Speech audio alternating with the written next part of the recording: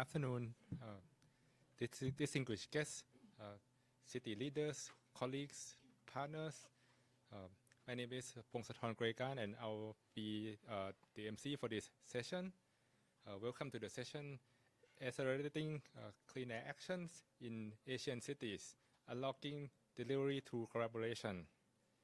In this session, we will hear from city leaders on how they use collaboration to unlock delivery, and we'll hear from experts on how they work on community engagement, data tools, and equity. First, I would like to introduce our opening speaker, Mr. Iyad Kabek. Mr. Iyad is Director of Air Quality at C40. He oversees global delivery of air quality program and also ports and shipping. He has more than 20 years of experience in air quality, public health, and environment policy. Please help me in welcoming Iyad to the stage.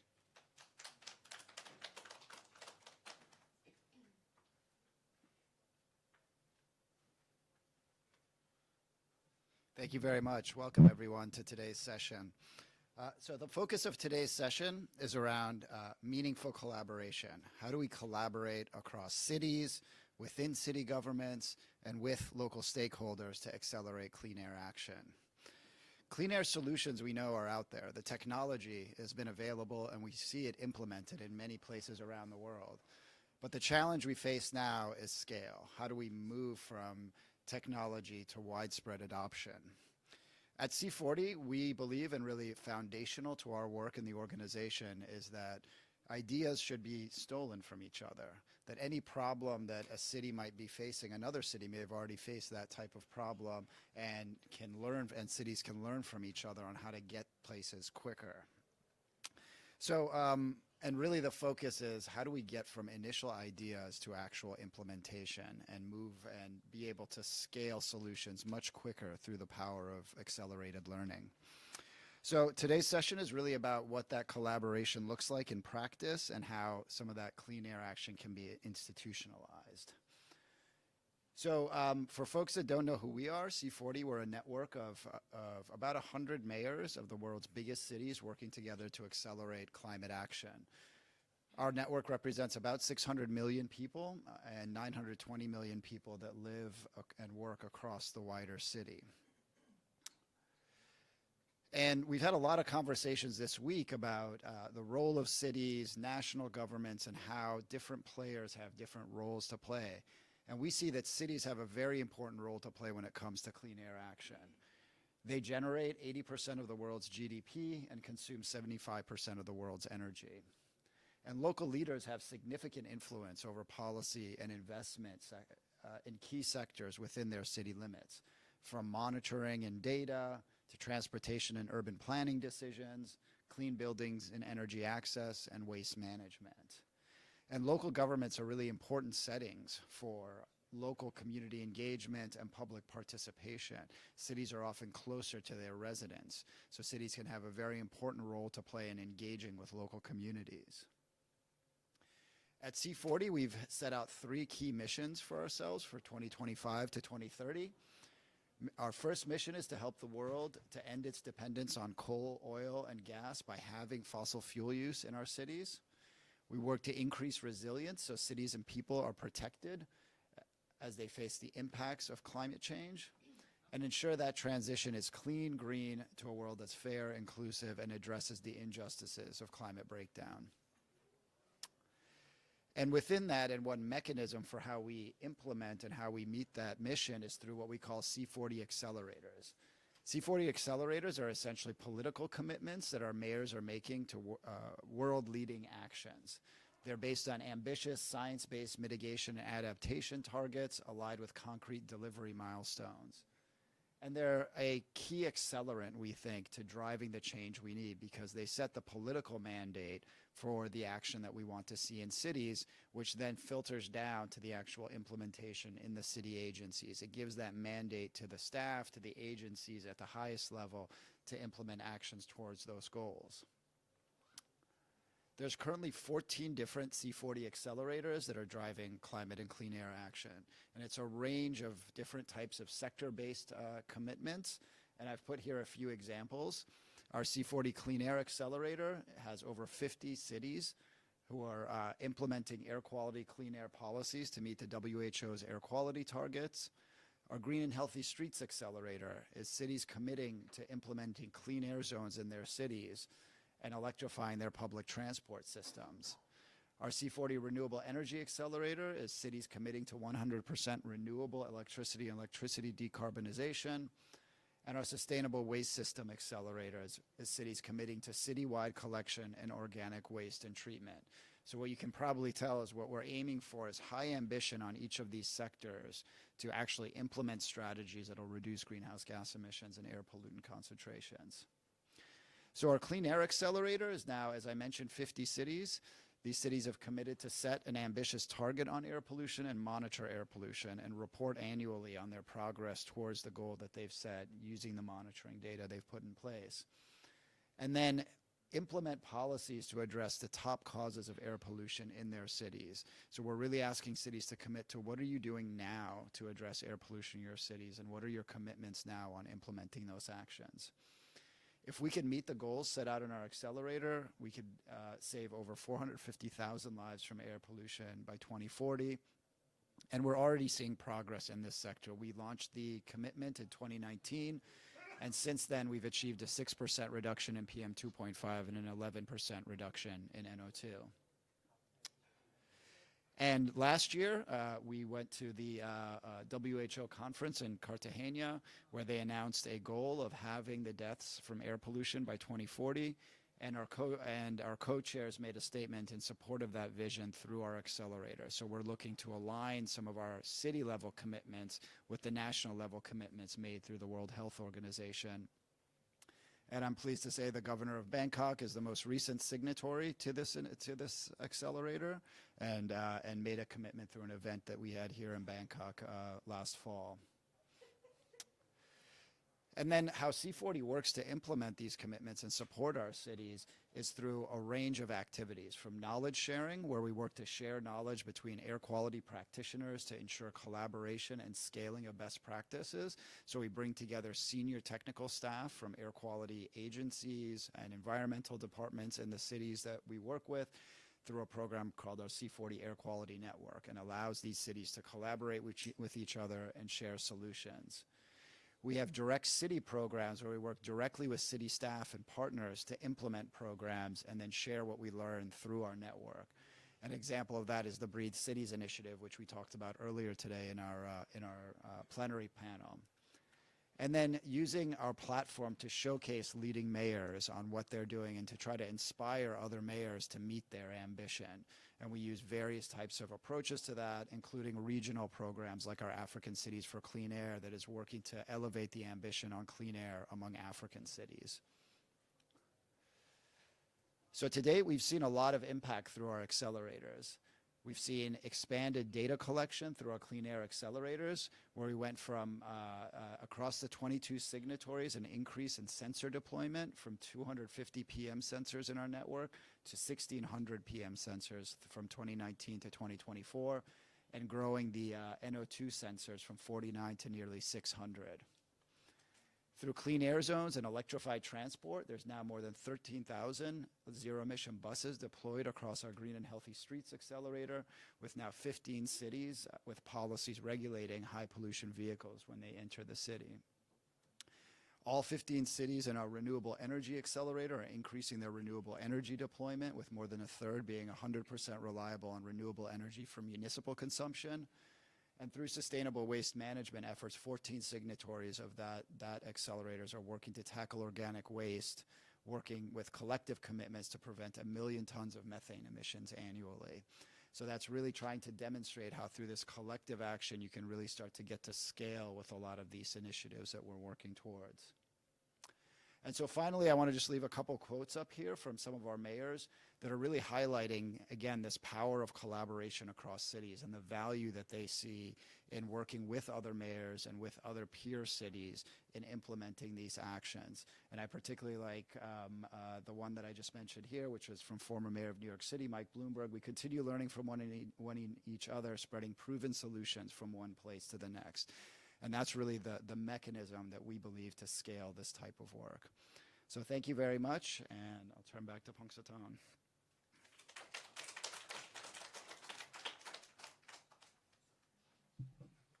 Thank you, Yet, for your presentation on how City Networks Accelerator and peers learning platform can be a backbone for cross-cities collaboration.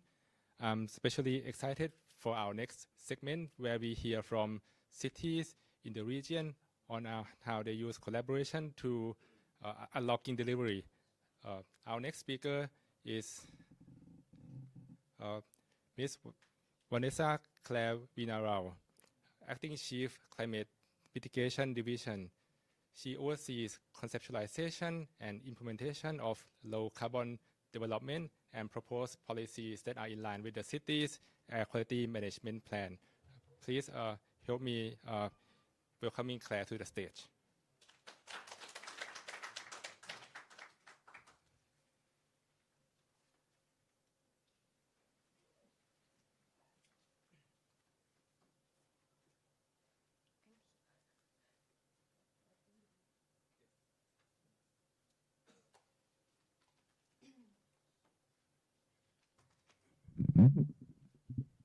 So, good afternoon. I'm Claire. I work for the Quezon City Climate Change and Environmental Sustainability Department, and I will be presenting how our city accelerates our clean air commitments through collaborative action. So, first, let me introduce our city. So Quezon City is located in the northeast portion of Metro Manila. Metro Manila is a region in the Philippines that has 16 cities and 1 municipality. We are the largest in terms of land area in the region, with 161 square kilometers of land area, and also highest in population with about 3.2 million people. We have 6 districts with 142 communities that we call barangays. And we are also known as the green lung of Metro Manila, as we have an extensive green space with about 16 square meters of green and open space per capita. So this includes a watershed that is located in our city, as well as protected areas also in our city.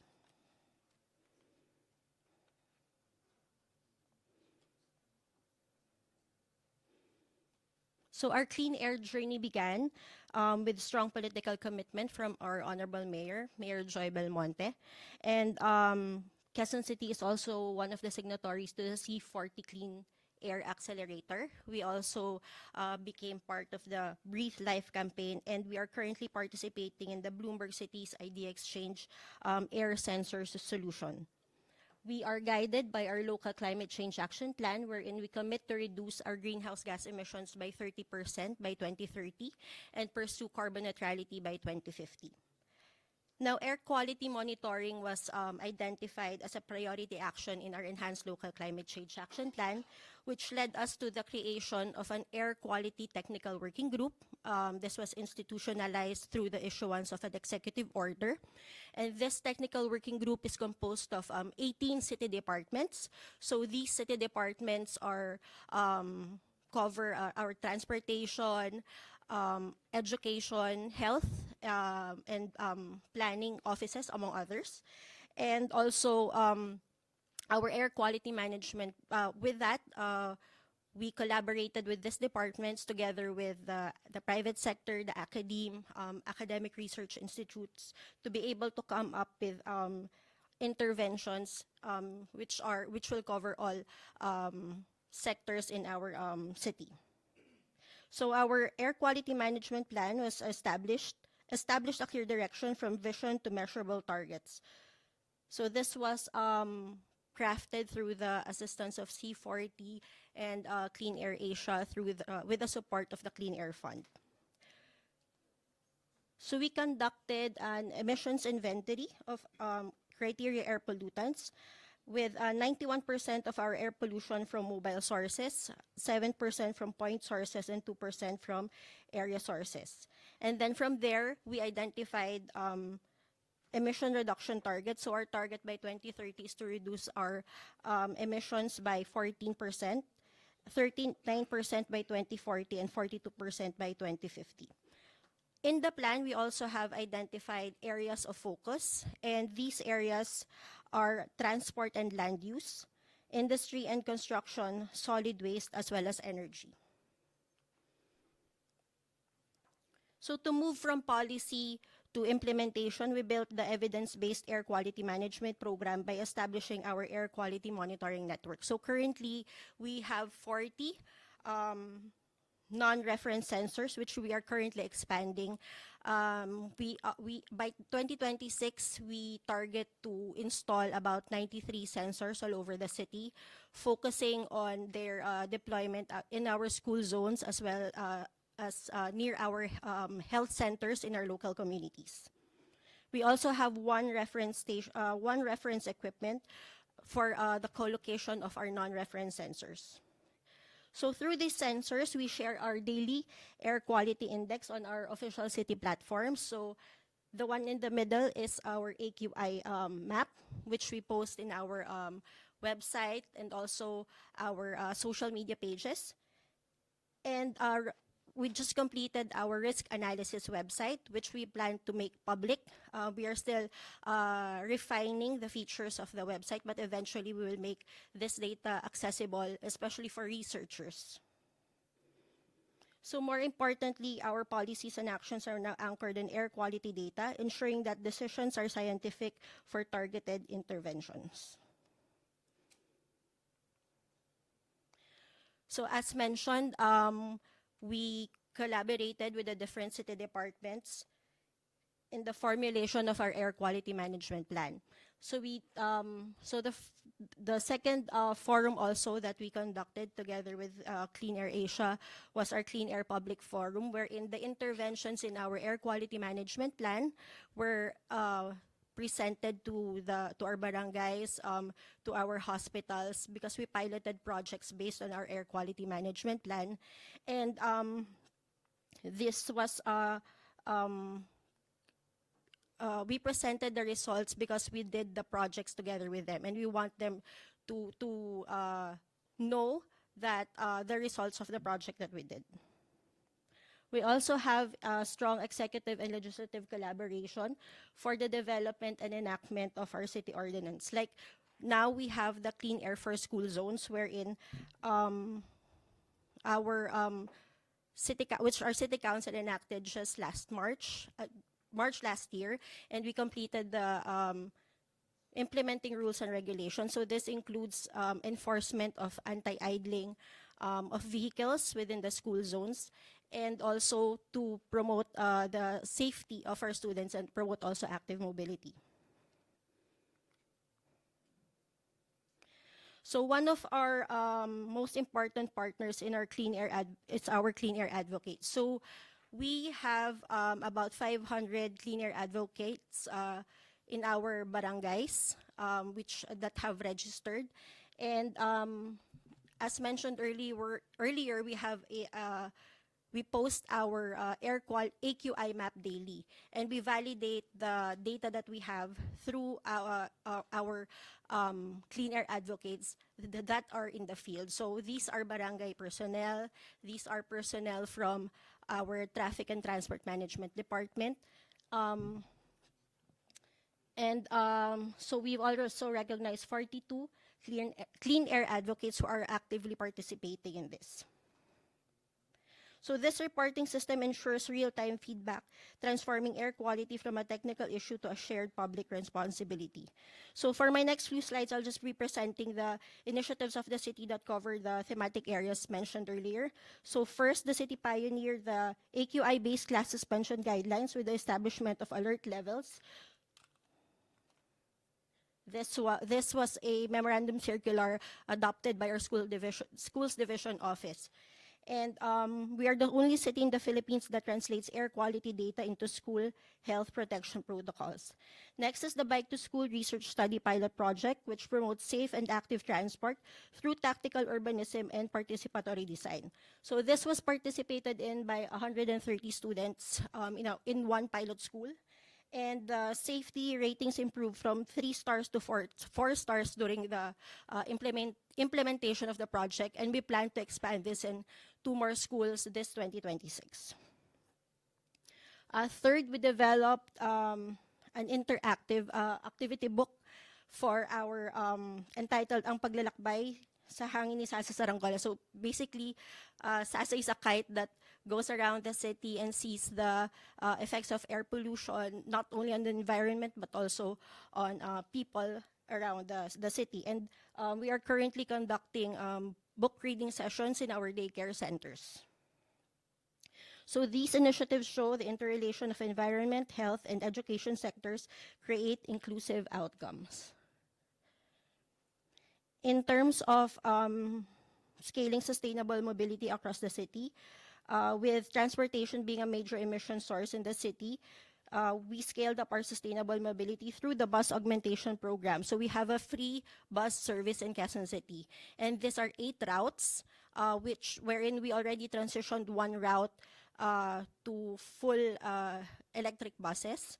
And based on our initial analysis, we have estimated that we will be able to reduce 95% of our the emissions of air pollution in the city. And we plan to expand this, again, another route to be transitioned this 2026 and another one by 2027. We also have increased our bike lanes to 200 kilometers around the city. The target is 350 by 2028.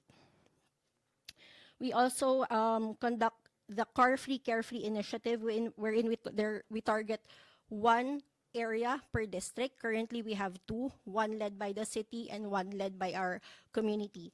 And again, we looked at the data and we saw that during the implementation of this Car-Free, Carefree as compared to the previous year where we haven't implemented the project yet, there was about a 15% reduction of emissions in the area. We also are redeveloping our open spaces and parks. So this is our Quezon Memorial Circle, the La Mesa Watershed, which is in partnership with the private sector and the national government agency.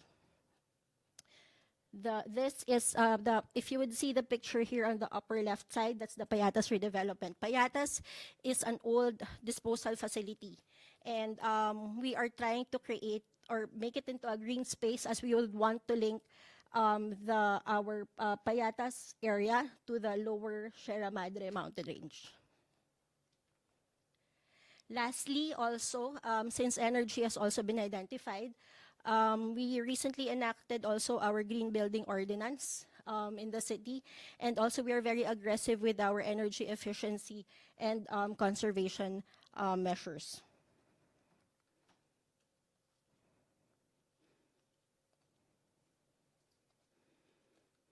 So in conclusion, the city has been making air quality a shared responsibility of all people in Quezon City. So it's very important that we have a strong political commitment. It's also important that we have data, and it's also important that we collaborate with those at in our local communities to be able to hear their concerns and to be able to address their concerns whenever we implement our air quality management program. So that's it for my presentation.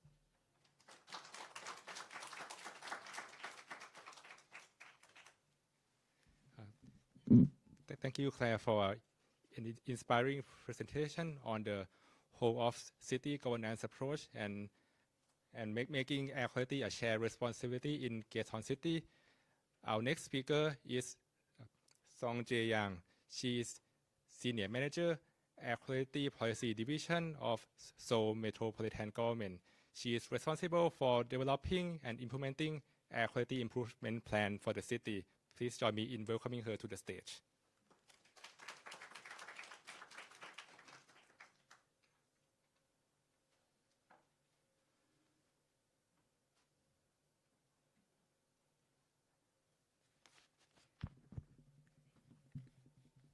Hi everyone, my name is Song Jae-yang. I'm Senior Manager of the Air Quality Policy Division at the Seoul Metropolitan Government. It is a great honor to be here today to share Seoul journey, our significant achievement, and our strategic vision for a clear sky.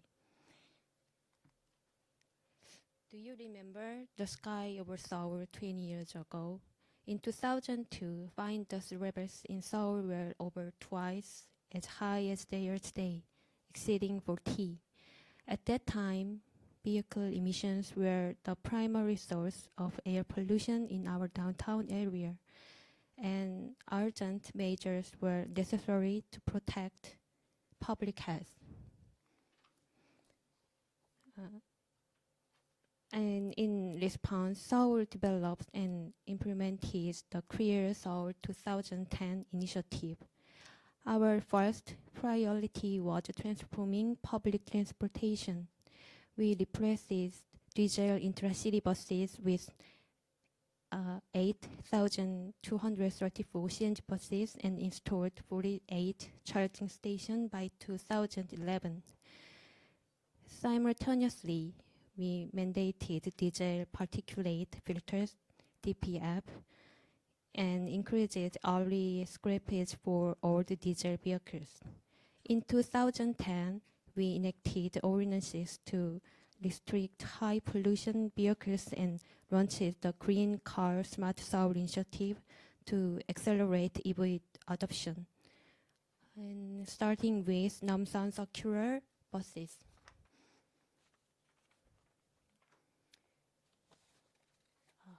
Our effort did not stop there. By 2024, we had implemented low emission measures for 520,000 Grade 5 vehicles, nearly completing this massive project.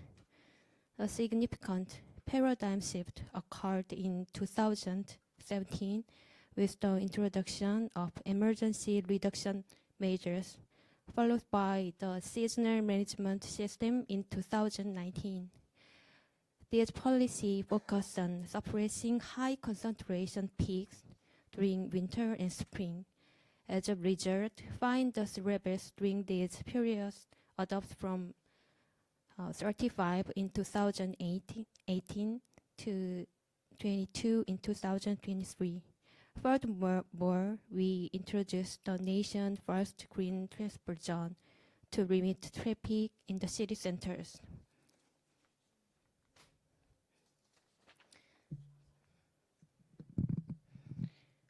These results are clearly proven by the data. The number of good air quality days increased nearly fourfold from 49 days in 2002 to 182 days in 2025. Conversely, high days dropped sharply from 179 to 32 days. Seoul annual fine dust concentration has steadily declined from 40 in 2002 to 18 in 2025, making our sky brighter than ever. However, we are not stopping here.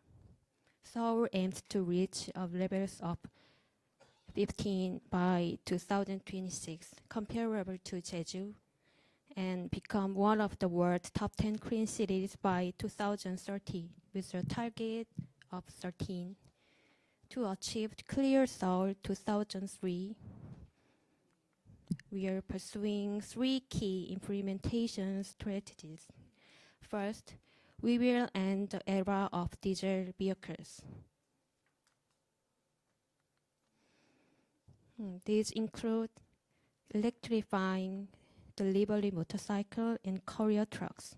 By 2025, we will install 1,000 battery swapping stations using existing public phone booths to support this transition.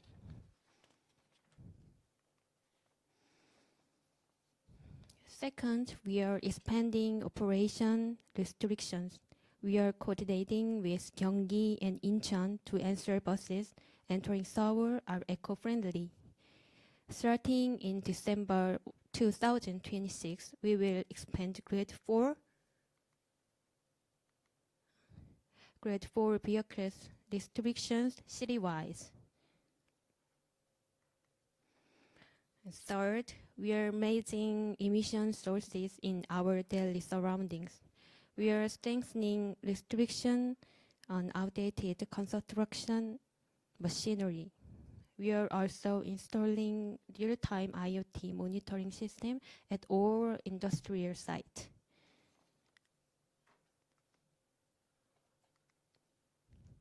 Finally, we are addressing ozone as an emerging risk factor. We have integrated our alert ozone into a single zone and expanded the forecast periods to improve scientific response.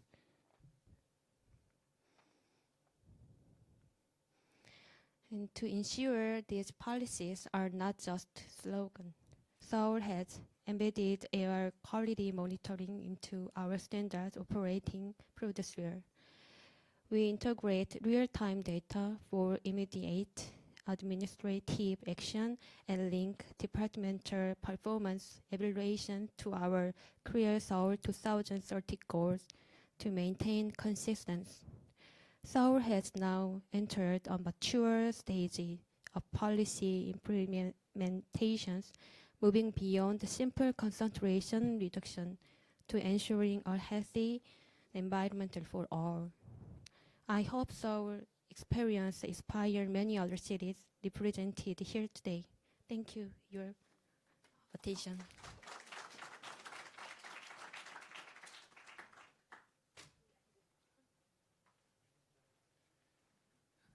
Thank you, Sanjay, for your presentation on the amazing achievement that Seoul has made over the past 20 years. Our next speaker is Ms. Tri Than Le. She is Deputy Head of Environment Management at Hanoi Department of Agriculture and Environment. She is an environment management specialist with over 20 years of experience working for the city government. Her works is on climate change, air quality, and environment governance. Please join me in welcoming her to the stage.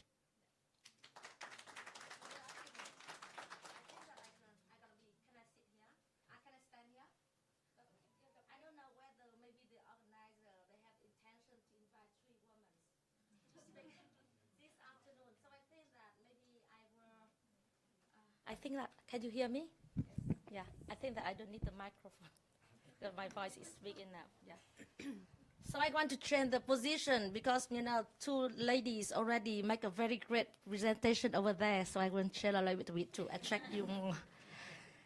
So, dear colleagues, today I'm standing here to tell you a story about Hanoi's air quality. So maybe some of you already read a lot of articles about our city in recent years. That now Hanoi City also experienced the same story with the Beijing over a decade ago. And how the local government, our city, tackle it. Whether we do the same lesson or we do,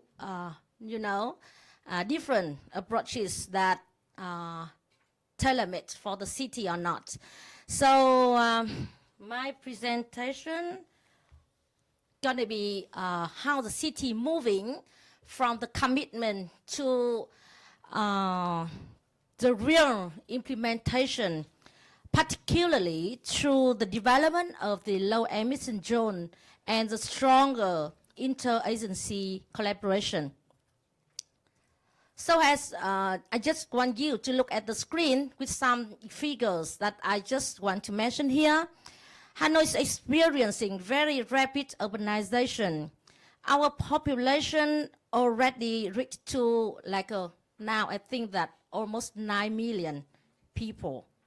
And we have 7 million vehicles, including car and motorbike, in which 80% are two-wheel vehicles. So now I think this urban growth brought economic development for the city. However, now our city also get a very significant pressure on the urban air quality, particularly if you see the figure, you can guess, right? Transportation, construction, and surrounding the regional emission, because we also have like a Hanoi metropolitan, including 11 provinces and a lot of industries and craft villages around as well. So surrounding regional emission is also one of the headaches of the city, how we can together with other neighboring province to do it.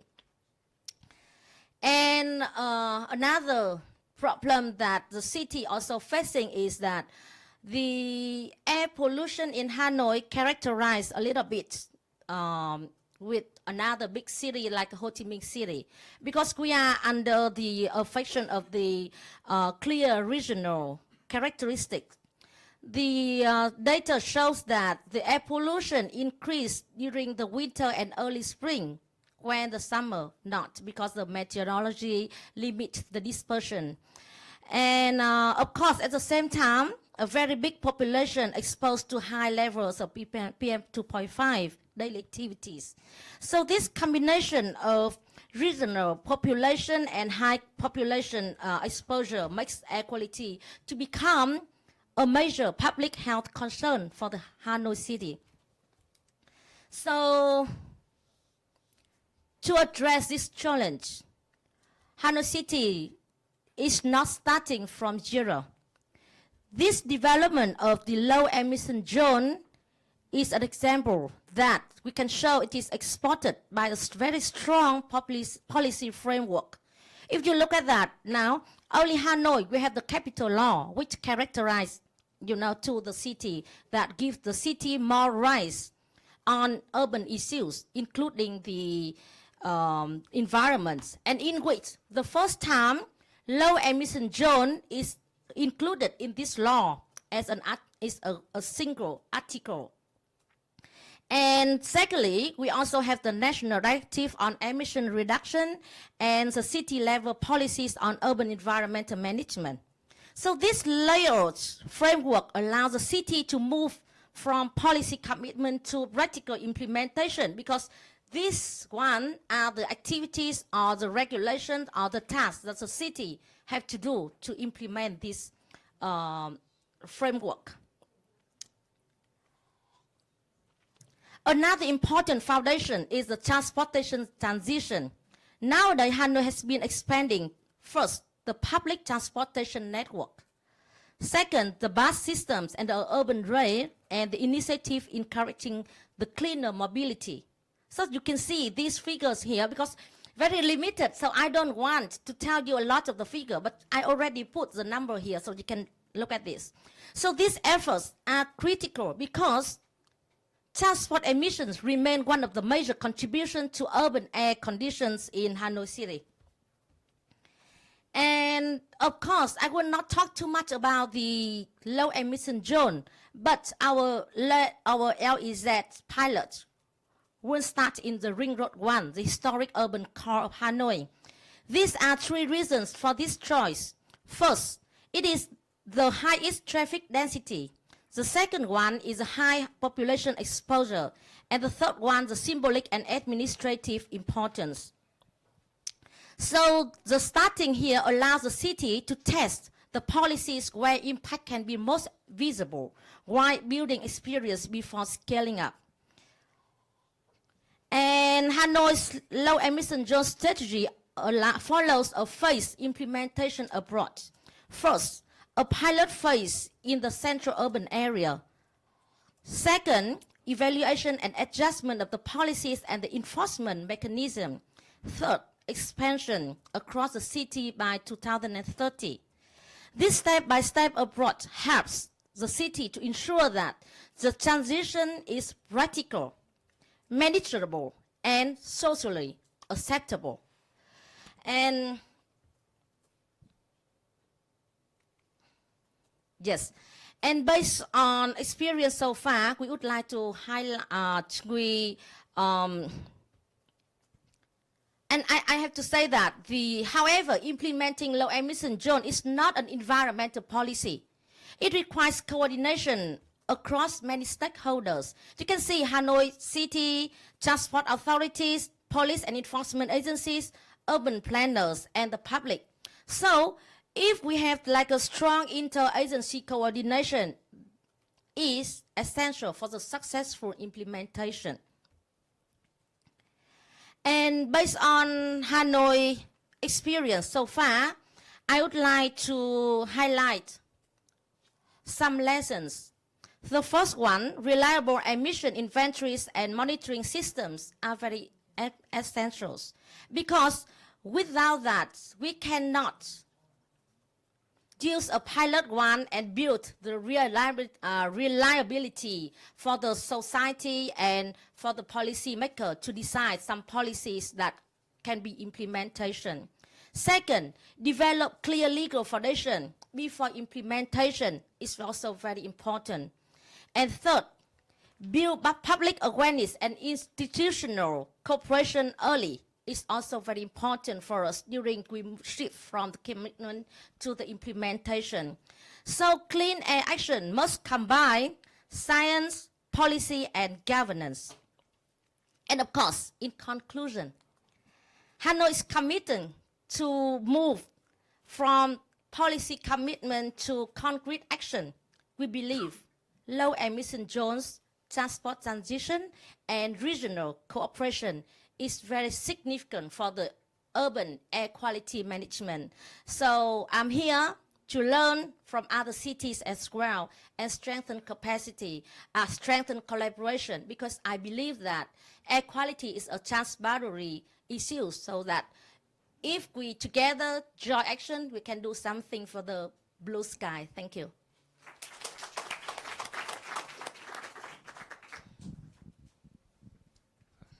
Thank you, Ms. Tree, for your presentation on a robust LEZ policy framework and a strong inter-organization coordination.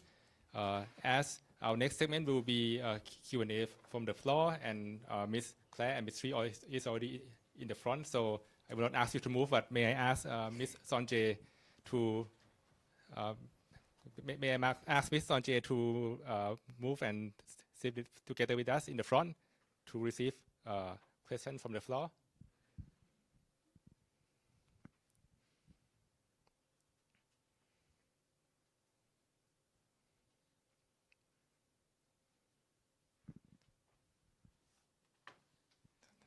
Thank you. So, are there any questions from the three presentations?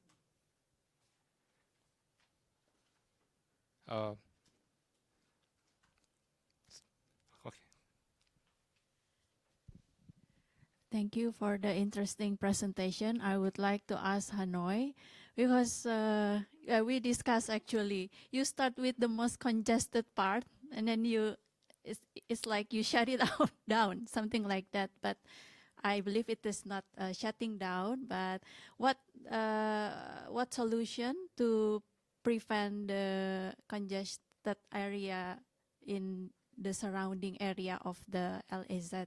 I would like to ask Ms. Songjay too about the presentation. Is very good, and you make it sounds very easy to control 240,000 vehicle. It seems like when the government says something, all the citizens immediately obey, something like that. So do you have any tips or trick to implement that stringent regulation? Thank you.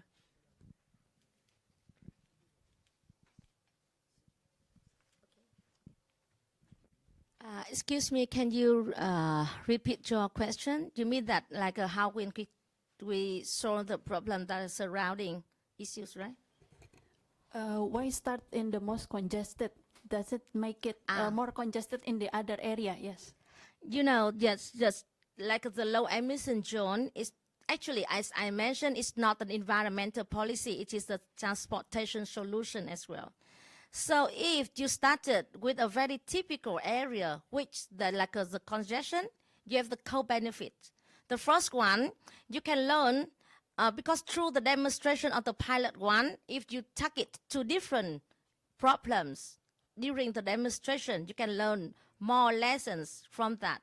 And second benefit is that if, of course, a little bit risky, but if you start with a congested area, like a traffic congested area, you also can help to reduce the problem of the congestion as well. So we started not only because of the congestion, but of course it is a densely, population, and it's also historic area. So we want to show that the importance of the low emission zone enforcement as well.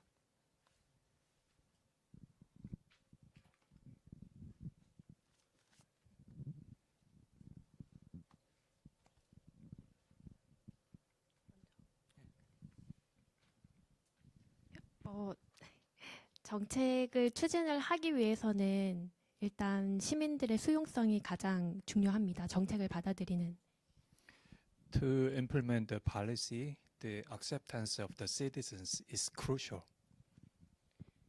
그래서 저희는 이제 강력한 자동차 관리 정책을 추진하기에 앞서서 시민의 그 수용성을 확보하는데 초기에 좀 중점을 뒀습니다. So before we implement very strong political or policy regarding the vehicles, we check the acceptance of citizens first. 그래서 정책의 제한 대상이 되는 뭐 차량 5등급 차량의 소유자 같은 경우에는 저희가 혜택을 주는, 그러니까 그 혜택을 주는 정책을 먼저 이제 추진을 했고요. 그 다음에 이제 홍보를 통해서 이제 시민의 수용성을 가장 먼저 확보를 했던 것 같습니다. For Grade 5 vehicles, we provided some benefits for transformation, and after that we had some public promotions for citizens to understand this policy.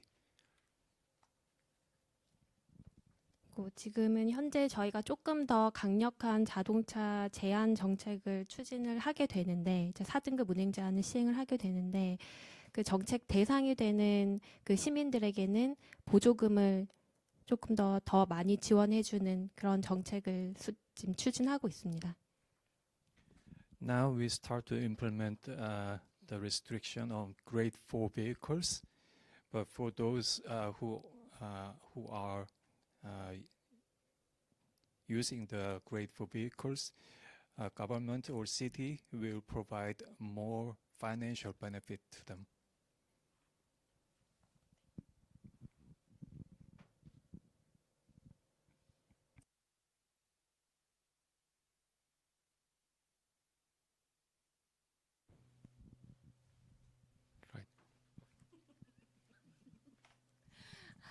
Okay, thank you. Maybe just a follow-up question, because also echoing Elizabeth that we are very interested to learn more about your city experience. Can you both, of course also Manila, Hanoi, and Seoul, explain a bit further about the timelines of the the process, that not comes out immediately with the feasibility assessment and then piloting and etc. But how then, the process of like you mentioned about the social acceptance is a very critical point. But how is in the timeline? Because if I can see from your presentation, Hanoi presentation, that from the regulatory foundation to the piloting and then implementation is like a very, very tight schedule, 2025, then 2026 from the regulation issuance, and then also on the implementation and then piloting. Thank you. You are talking about my pressure. That's why if you look at the title of my presentation, it is a commitment to the implementation. So we don't set the timeline based on scientific way. We set the timeline based on the political commitment. So just last year, the Prime Minister sent us a direction and asked us that now, since the 1st of July, all the vehicles, like petrol vehicles, will be limited to the Ring Road 1. It's also one of the reasons. So with that, all the cities have to try the way to do it. And at the same time, in the capital law, also the low emission zone said that 2026 is a deadline to implement the low emission zone. So two pressures, just like a political commitment, ask us to find a way to do it. So we have no choice. So we have to do it. It is a commitment. Thank you.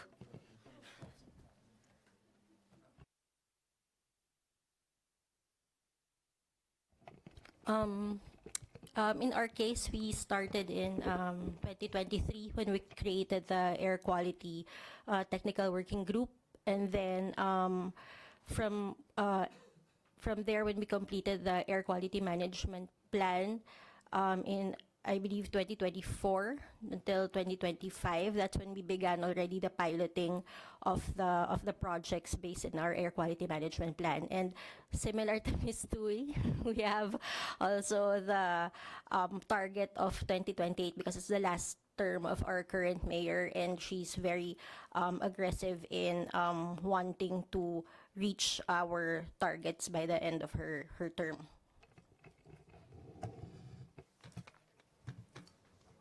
Hello. Hi. Hi.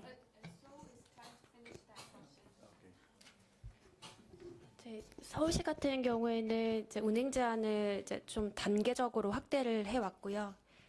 처음에는 이제 일부 지역 비상시에만 이제 자동차 제한을 하다가 이제 이후에 도심 지역에 시범 운영을 하고, 그리고 이후에는 미세먼지 계절 관리제를 통해서 서울 전역의 5등급 자동차를 막는 방향으로 단계적으로 확대해 온 것이라고 생각하시면 됩니다. In case of Seoul, we have implemented this system step by step. At the beginning, it was only for the emergency or urgent locations. And then they expanded the area into the city central. And then gradually they limited the 도시 진입인가요? The entering the city center by the diesel vehicles. 시간은 얼마 정도 걸렸습니까? It took from the beginning until the whole city of Seoul, it took about 6 years.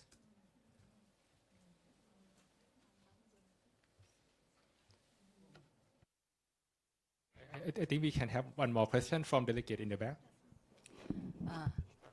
Do I have to say who I am? I'm Victoria Segovia from the Partnership for Clean Air Manila, Philippines. I'd like to direct my question to somebody from Seoul, Korea.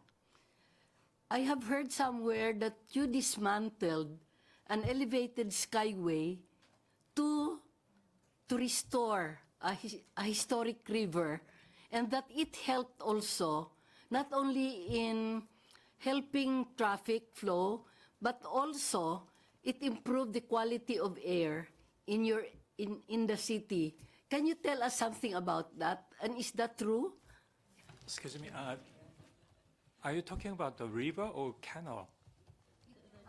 Because the Han River is still there, but Cheonggyecheon is like a small canal. No, I heard that before there was a skyway. And then the city discovered that skyway was built over a historic river. Cheonggyecheon? Was that in Cheonggyecheon, right? Cheonggyecheon? Yeah, so the government and the people dismantled the skyway to restore the river. And that it also helped not only in improving the flow of traffic, but at the same time improve the quality of air. How true is that? And can you tell us more about that?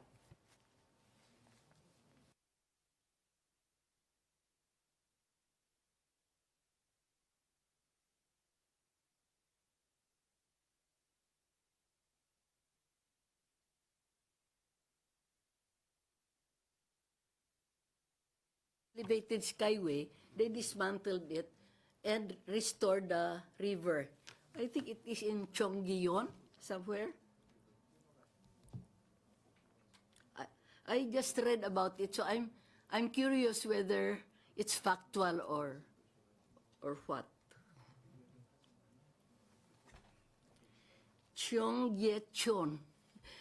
It was in Chongyecheon.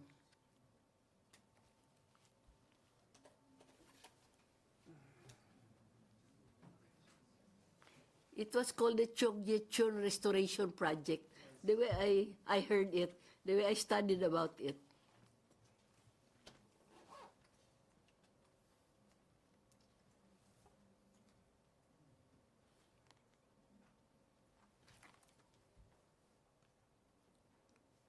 Okay, Cheonggyecheon is a small canal. It's not like river. It's very small canal.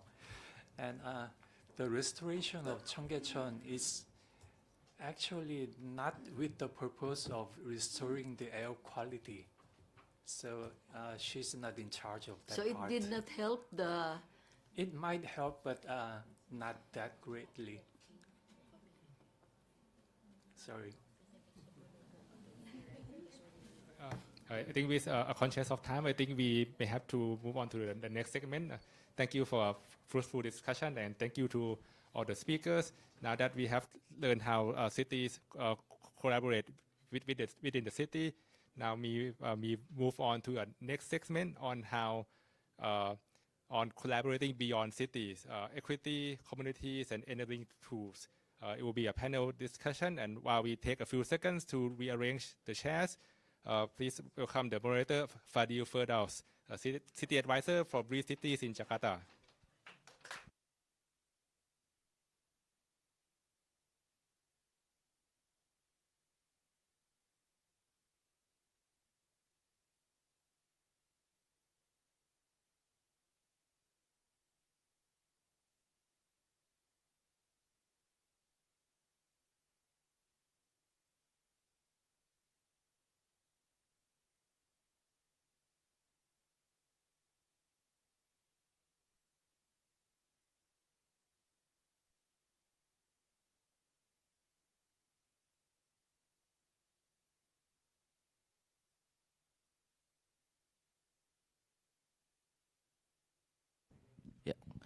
Good afternoon, everyone.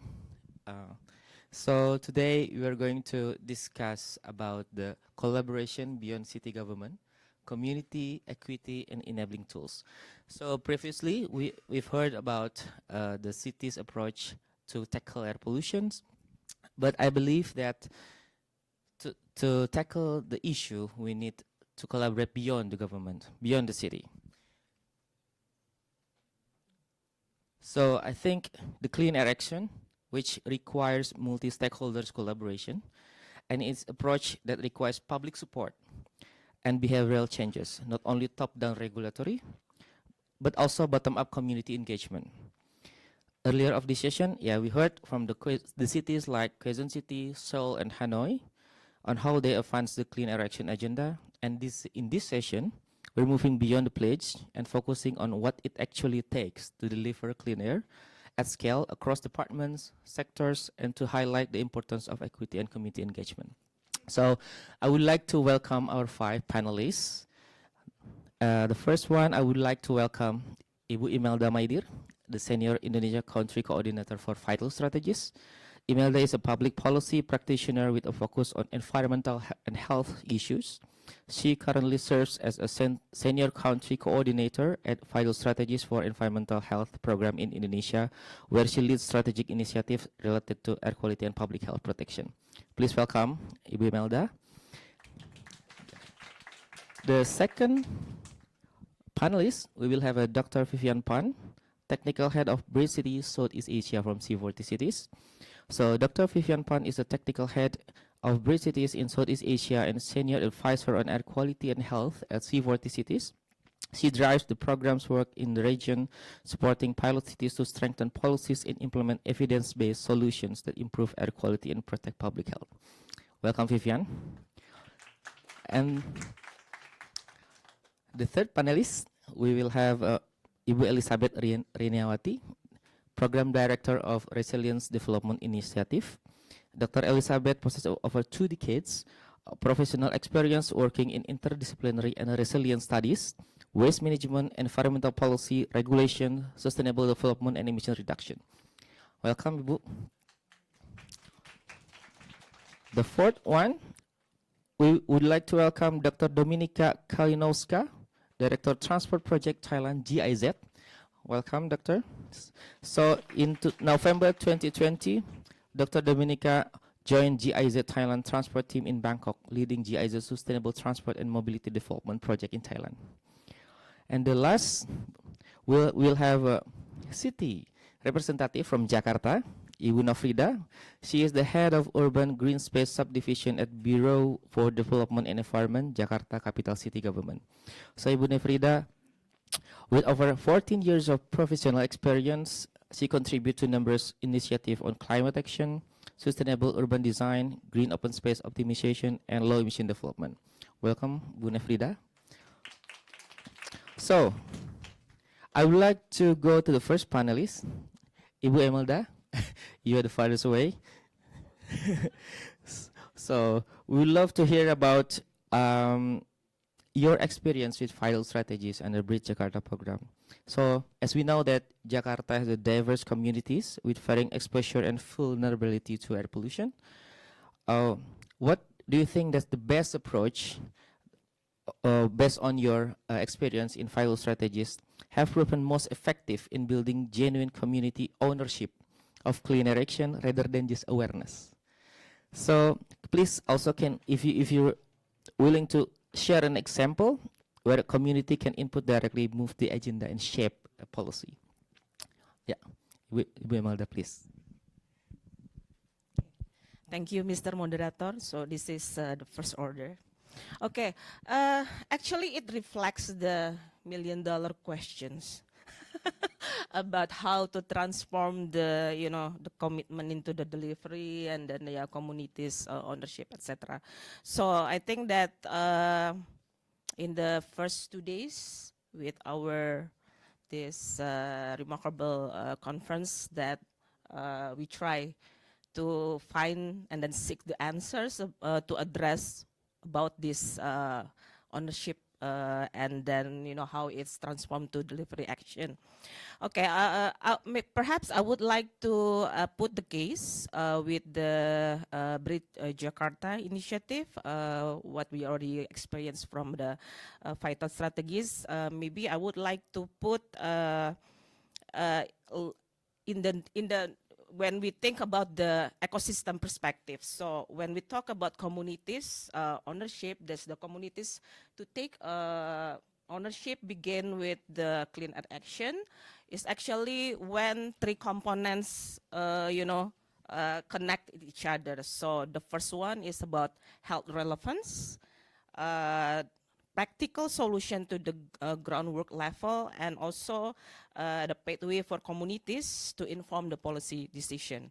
So if I want to first start with the health as the entry point, in perhaps we are the stakeholders in the clean air. When we talk about clean air, it's something that intangible, invisible, but how then we then address and make it what the most matters to the family values, to our kids' health. That's something that's more important. So in recent research with the Bridge cities in Jakarta, we show that residents already aware about this issue on our air pollution and also about the health impacts, but somehow it does not translate into the awareness doesn't translate into the real behavior change and the low emission practice at the ground level. So with the case with the Jakarta, we having this close coordination with 44 primary health facilities and then also health cadre to reach out around I need to peep out to reach out almost 1,600 households, or on average is almost 6,000 individuals. That's also for to deliver about the awareness and education, and then how then these communities can have the protective measures towards the clean air. So we also had this remarkable support from the 51 junior scientists from our piloted school who helped generate the local evidence and deepen our understanding of the real exposure among the risk of real exposure among the school-age children. So through this local evidence, people science, and then also the targeted health communication, we help communities to understand about first the health pollution impact, who is the most exposed, when and where, and also what preventive actions that they can take. And then also this narrative has already shifted from the air pollution is actually the government business toward that's actually it's a shared public health responsibility. Maybe if you want to take a time, that there is also the barcode if you want to access our latest publication, policy brief and technical brief. Actually, we already have, and then you can see how then this 51 junior scientists actually already contribute to inform about health surveillance and then this targeted health risk communication. On the second aspect, actually, the second layer focus on community engagement for practical low emission practice in the daily life. So in a dense cities like Jakarta, where the daily commuting and also the open burning contribute to the emission in the city, so communities actually can play a significant role. To reduce the emissions. So research around low emission practice shows that people broadly support this clean air action, but often face the structural barriers, like the access to the public transportation and also the access to the waste management infrastructures. So, and then in the bridge cities, we work with communities at the 10 piloted neighborhoods to promote more sustainable mobility choice, and then cleaner energy, and reduce the open burning practice, urban greening, and also other neighborhood initiative. And also the one that is most highlights is about the citizen science, where residents participate in documenting the air quality data, and then it also to inform about how they can respond and address their daily exposure based on that one. And then maybe Elizabeth later can explain how then this promotion to the citizen science with the air quality data system can also be accountable in terms of the robust data that also can be informed to the policy decision. And then third, maybe when I talk about tangible improvement, so that actually community ownership grows with when they see the tangible improvement. When I talk about the tangible improvement, it is something that moving beyond the one-time action. So that actually this is more on the continuous cycle, when the baseline data and then intervention and then evaluation repeated over time to measure progress, adjust the strategies, and the sustained impact. And then the last one about the co-creation with the society. So this is the third layer that we have in the Bridge Jakarta case. So civil society group actually are critical in translating technical air pollution data into the community narrative, bringing resident live experience and good practice into the policy dialogue, and then facilitating for practical solution and sustaining advocacy for long-term clean air action. So if I can have like a closing punch message with this station, actually in Jakarta, we are learning that when awareness turns into ownership, communities themselves become one of the strongest driver of sustained clean air action. When health data makes the problem visible, communities become engaged, and civil society channels those experience into policy, real change become possible. Thank you. Thank you, Mbak Imelda. It is such a powerful closing statement. So just to highlight that you mentioned about the building of health as a key message, and also the targeted engagement, in this case with the students through the schools. And you also highlight that actually the residents already aware of this issue, but just how to engage, how to make them, the awareness is there. So the issue is now on how to engage, which health is being centered as a key message in this case. Okay, so you also highlight the personal exposure monitoring study. So for participant, ladies and gentlemen, after this session, maybe you can go to Bricity's booth. There's a QR code there. You can download the report, the technical brief, the policy brief, or you can find in the Google vital strategies for policy exposure, personal exposure monitoring. So we're going to have the second panel, and from the health and also community, we're moving to equity. We would like to hear about your thought, Vivian Pan, in C40's approach in advancing inclusive and equitable clean air action agenda, and also how equity and health decision support provide enabling infrastructure. Can you share an example on how equity and health-based decisions have changed the prioritization of clean air actions in the city?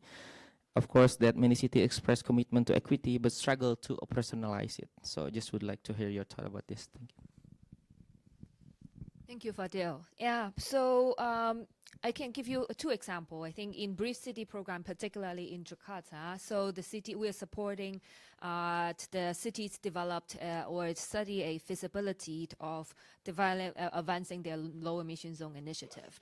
And what we usually found in a lot of other kind of work that we do with cities around the world is that a lot of the time equity is not on the top of their mind.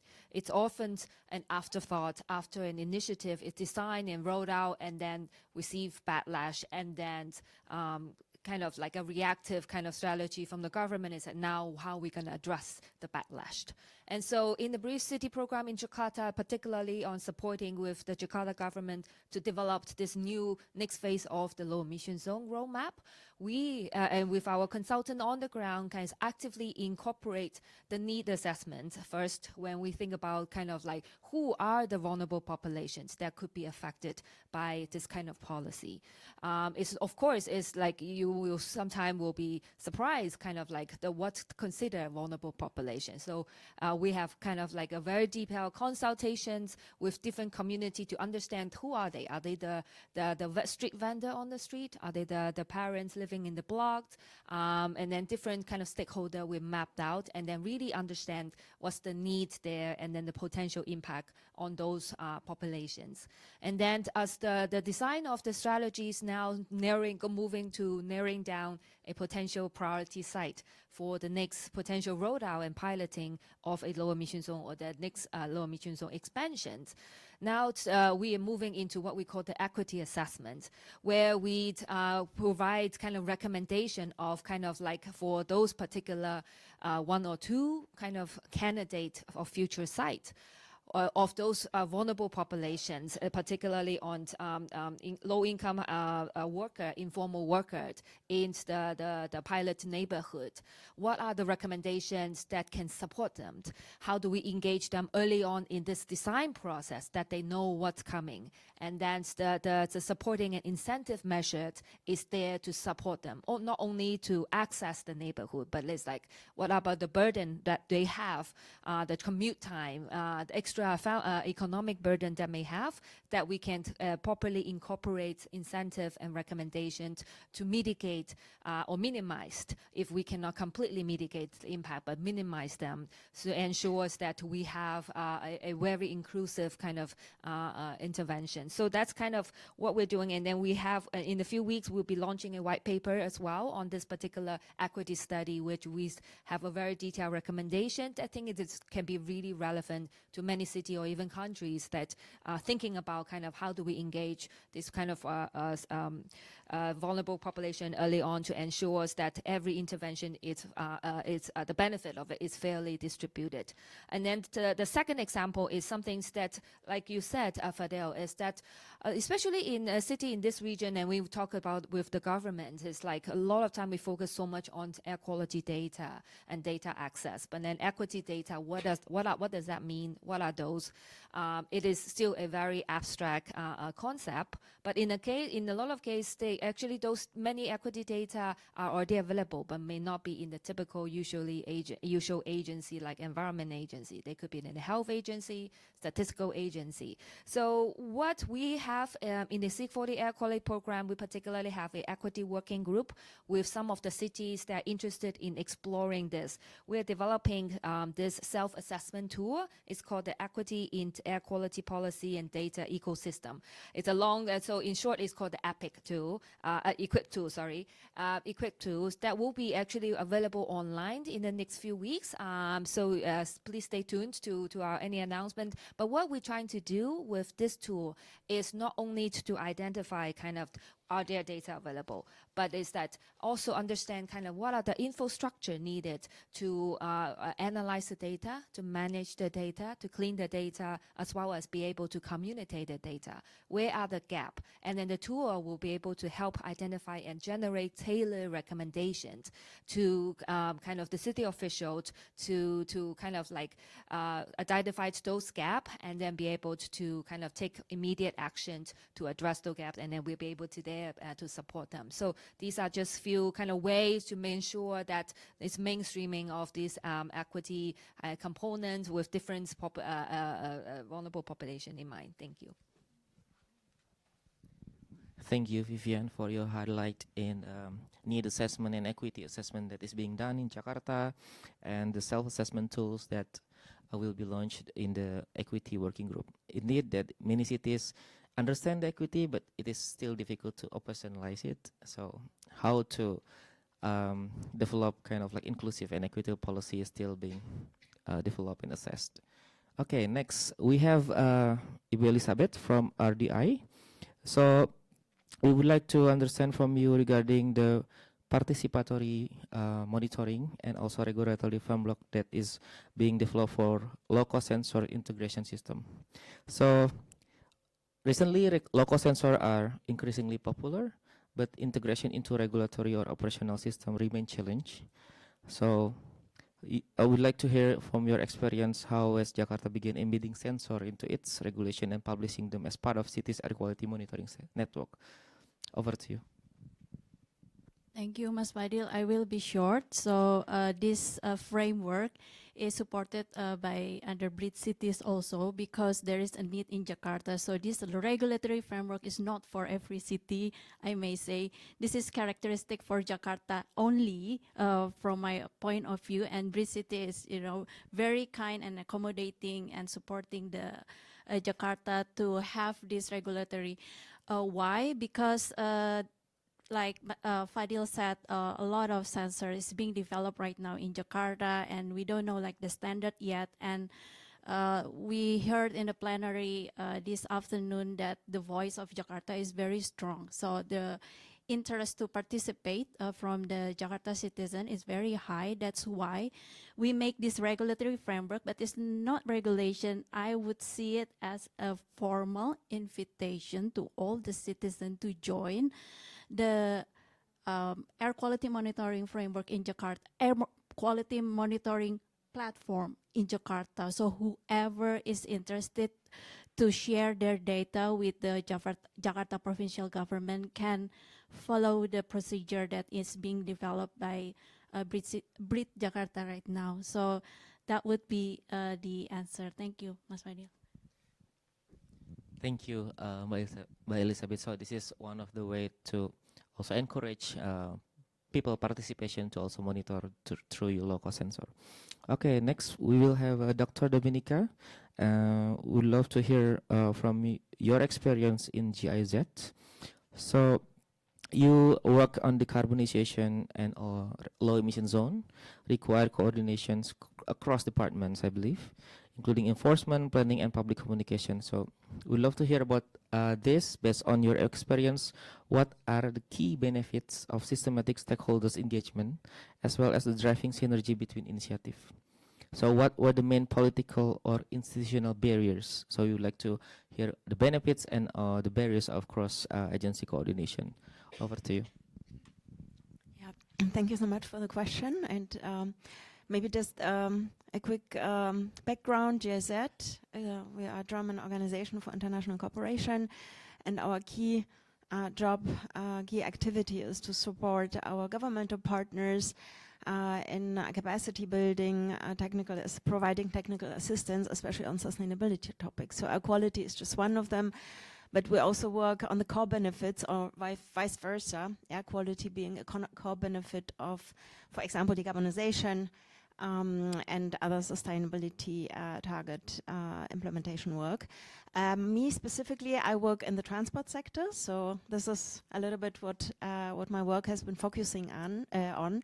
And I would like to reference a little bit our experience regarding the question from this perspective. And as you can imagine, working together with governmental partners on the central or national level, but also especially on the city level, here we have heard a lot of city experience. When we come to the cities or when we come to our partners and would like to provide technical assistance on certain topics, build capacity, enable, enhance readiness of our partners to tackle air quality.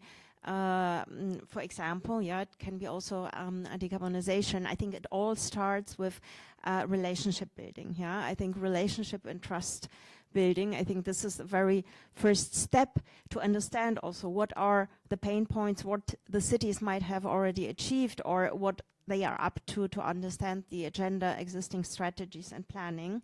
And I think this is like the very beginning, but our experience at the same time is that all stakeholder engagement process was just absolutely key and necessary to drive change processes, improvements, air quality improvements, or to drive the achievement of climate agendas, requires a very systematic and very much supported and guided engagement and stakeholder engagement and communication process. And this is actually also our learning that as part of this capacity building that we are providing, it's very much important to understand how to initiate a process that is being planned over time and is happening regularly and very systematically to support also bringing together stakeholders that would normally not engage together, not put hands together and not synergize together. So I think we've been doing a lot of work on this, and we have also a lot of,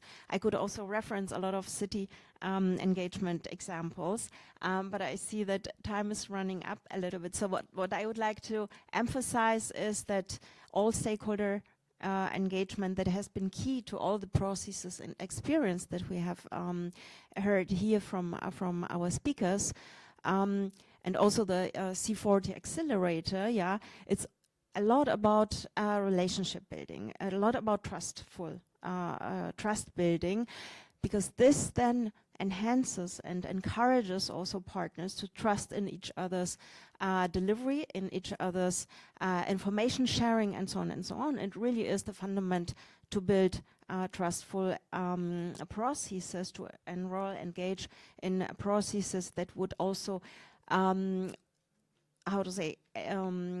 put at the end of the process a very achievable, measurable target. So only through this kind of trustful engagement and systematic engagement, also partners tend to put hands together and contribute to very concrete targets jointly.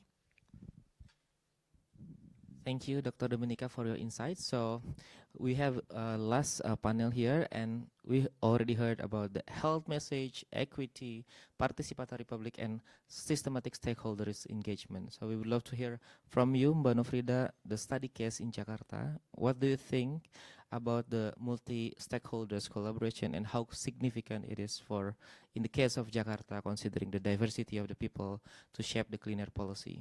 Over to you. Okay, thank you, Mas Fadil. In a city as large as dense in Jakarta, I believe, and we believe also, that clean air action, because we talk about clean air, right, cannot be achieved only by regulation. It should be shaped by the people who experience the air pollution.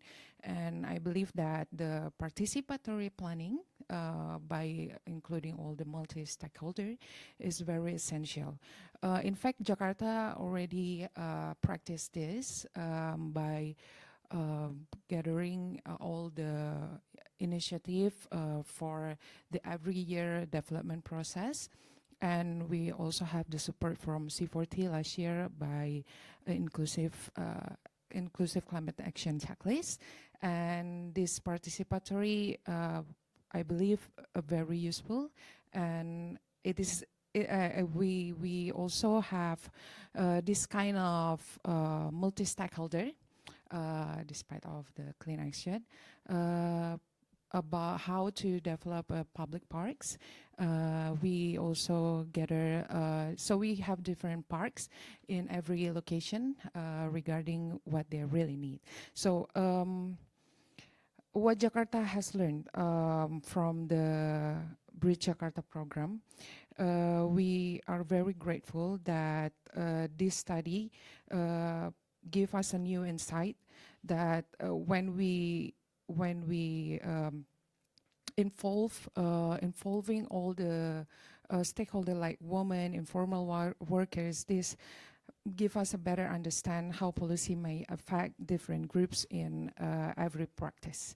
And we very much hope that this support can continue into the piloting stage for the next phase. At the same time, Jakarta also strengthening our policy framework by Jakarta Air Pollution Strategy, and this also including early warning system for air pollution episodes, and also adaptation measures for vulnerable groups. Yeah, for the multi-stakeholder, I believe these beautiful ladies here give Jakarta a robust policy, and we still look forward for the next project. Thank you, Mbak Nofrida, for having us the study case specifically for Jakarta and explaining about how is participatory planning happening in Jakarta. So, because the time is up, and thank you again for all esteemed panelists. Thank you for your valuable insights and participation for everyone. So, I will return back to Pong Saturn.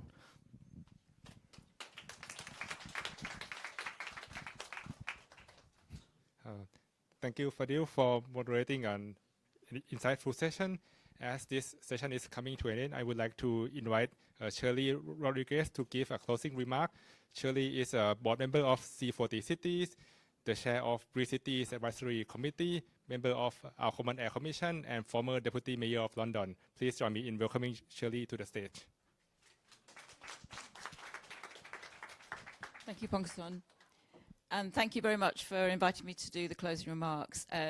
Many of the things that you were talking about today from the cities really resonated with me as my time as a former Deputy Mayor for Environment in London, responsible for implementing many clean air action policies, but including the ultra-low emission zone. And I'm really pleased to see so many of you actually building on that and taking your own experience. I think some of the key threads that I wanted to pull out from this conversation today were some of the things that we didn't get right at the beginning, but we pretty quickly caught up on and had to sort of retrospectively put into place. So one of the things that I hope we learn is that the sort of essential nature of sort of sharing best practice. We learned collective ambition, harnessed through global city networks like C40's accelerators, are a massively powerful catalyst for change. That leadership shown by mayors, but also by people like you in the room, are really essential to drive action on toxic air. City representatives here have shown and shared how success is found when you really integrate clean air goals into all of your city departments. So it's not just the environment department, it's not the transport department, it's every department, your communications department, your planning department, and so on. You have to break down those silos and enable coordinated delivery. And examples like the clean air advocates in departments are absolutely essential because they're your partners in driving their colleagues to take action or aligning departmental performance to the Clean Air Action Plan, to the targets in your plan, so that they're not just owned by you, but by everybody in the city. And also, and sometimes it's just a mandate. You have to get on with it. The mayor says, get it done. You know, I do feel your pain in that. I remember that very much. We also learned how essential close collaboration between cities, organizations, and communities are to put people at the heart of clean air action and initiatives, you know, bringing improvements in health and quality of life. And we heard about some amazing tools, concrete tools and data and engagement strategies that you can help yourselves use in your cities to achieve these outcomes, like using health as an entry point, and that the assessment tool that's about to be launched on equity as well. Do have a look at that. And what this means is that the primary challenge for cities has shifted from knowing what to do, but to understanding how to do it, how to organise for sustained progress and delivery. And we've seen that today because all the cities here have been quizzing each other on how did you do that, why did you do that? That's really powerful. By sharing those transferable insights and proven frameworks through networks like C40, like Breathe Cities, Clean Air Asia and so on, cities are better able to ensure that political commitments can be transformed into sustained, impactful implementation. You have to be inclusive and people-centred to ensure that impact is sustained, reaches everyone, and is championed by them. So do effectively use data, systematically do the needs assessments and equity assessments to make sure you're prioritising the high-risk vulnerable groups. Shape your clean air policies to tackle health disparities and inequalities, and ensure that those affected have mitigations. And it's absolutely key that people continue to be at the heart of decision-making from the start, not as an afterthought, but also well after the initiative has been implemented, to make sure that you're really listening to them. And this will ensure their ownership and long-term benefits for communities through air quality improvements, and probably ensure that your mayor gets re-elected like Sadiq did. Anyway, I think just as a final call to action, let's continue to work together, leverage all these platforms, these networks, these initiatives, today's conference, the peer learning networks that you have, and ensure that our collective ambition translates into lasting, breathable air for everyone. Thank you.